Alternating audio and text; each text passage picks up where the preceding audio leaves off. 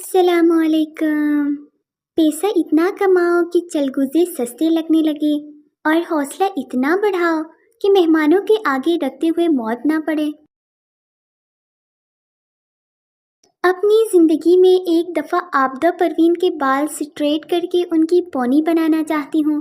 مرشد میری سادگی دیکھ میں کیا چاہتی ہوں۔ ایک زمانہ تھا جب میں کارٹونز دیکھ کر خوش ہوا کرتی تھی، اور وہ زمانہ ابھی تک چل رہا ہے الحمدللہ۔ اور وہی یہ ہے وہ بلی جس کے بارے میں کہا گیا تھا 900 چوہے کھا کر بلی حج کو چلی۔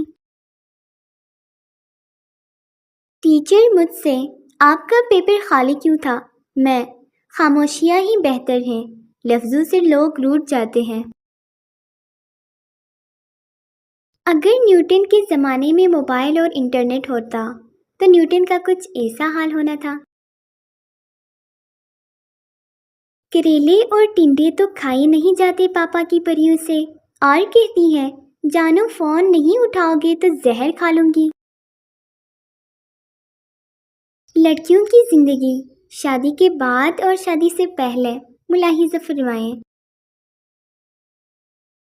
اور یہ طریقہ بس ہماری اماں ہی کر سکتی ہیں۔ آپ کا اس بارے میں کیا خیال ہے؟ کچھ لڑکیاں اتنی کامچور ہوتی ہیں کہ شلوار بھی اتنی ہی پریس کرتی ہیں جتنی قمیض کے نیچے سے نظر آتی ہیں۔ بیویاں اولاد سے زیادہ شوہروں سے محبت کرتی ہیں۔ اس بات کی واحد دلیل یہ ہے کہ وہ گھر سے جاتے وقت بچوں کو تو ہمسائے کے پاس چھوڑ کے جا سکتی ہیں، مگر اپنے شوہر کو نہیں۔ ایک بیوی اپنے شوہر پر بہت شک کرتی تھی۔ ایک دن بیوی کی خوبصورت سہیلی اس سے ملنے آئی۔ تھوڑی دیر بات چیت کرنے کے بعد شوہر بولا، بیگم ایسا لگتا ہے کہ باورچی خانے میں دال جل رہی ہے۔ بیوی، دال جل رہی ہے تو جلنے دو، پر آج میں تمہاری دال گلنے نہیں دوں گی۔